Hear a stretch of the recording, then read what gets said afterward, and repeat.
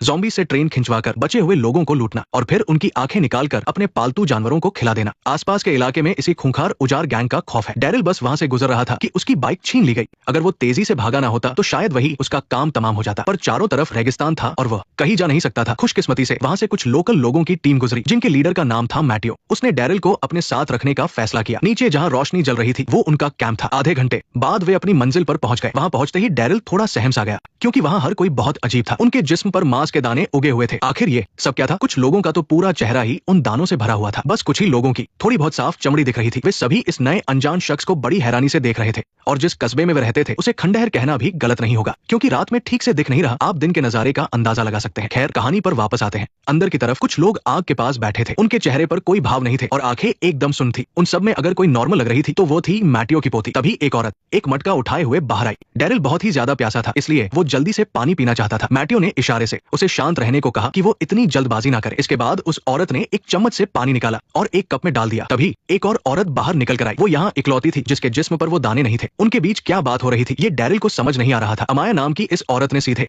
किसी से कहकर पानी हटवा दिया, फिर टूटी फूटी अंग्रेजी में बोली, ये पानी हम सबके जिंदा रहने का सहारा है। इतना कहकर वो मुड़कर चली गई। ऐसा लगा जैसे उसे समझ नहीं आया कि मैटियो किसी अजनबी को यहाँ क्यों ले आया। डैरिल को बात समझ आ गई और वो शर्मिंदा होकर अपनी जगह पर वापस बैठ गया। तो यहाँ पानी की इतनी कमी थी। मैटियो चाहता था कि वो डैरिल को सारी बात बताए, लेकिन जुबान की दिक्कत की वजह से वो उसे सीधा पानी के टैंक के पास ले गया। डैरिल पास गया और टैंक को थपथपाया। फिर उसने सूखी जमीन को छुआ और उसे थोड़ी हैरानी हुई, इसलिए उसने इशारों में पूछा कि क्या सूरज की वजह से यहाँ सूखा पड़ा है। तब डैरिल को समझ आया कि असल में उनके साथ लूटपाट हुई थी। अमाया ने भी बताया, उजाड़ गैंग के लोगों ने हमारा पानी लूट लिया और उसे ट्रेन में रख दिया है। ट्रेन का नाम सुनते ही डैरिल सब समझ गया। ये वही लोग थे जो दिन में उसका पीछा कर रहे थे, वही कमीने। अमाया उससे बात करने को तैयार थी, भले ही उसकी अंग्रेजी ज्यादा अच्छी नहीं थी। डैरिल को भी बहुत सी बातें पता चली, जैसे कि ये सब लोग असल में कुष्ठ रोग के मरीज हैं। इन्हें लिम्बो लोग भी कहा जाता है, जिसका मतलब है जिंदा और मुर्दा के बीच फंसे हुए लोग। जब तक कोई उनके बहुत ज्यादा करीब न जाए ये बीमारी फैलती नहीं है। अमाया जो वहाँ इकलौती नॉर्मल इंसान थी, बड़ी मुश्किल से इन सबको जिंदा रखे हुए थी। और ये कस्बा इतना बर्बाद इसलिए हो गया क्योंकि जब ये सब शुरू हुआ था तब स्पेन में अलग अलग गुटों में लड़ाई छिड़ गई थी और उसी जंग की आग में सब कुछ तबाह हो गया। डैरिल ने भी अपने साथ हुई घटना के बारे में बताया कि वो तो बस बार्सिलोना जा रहा था।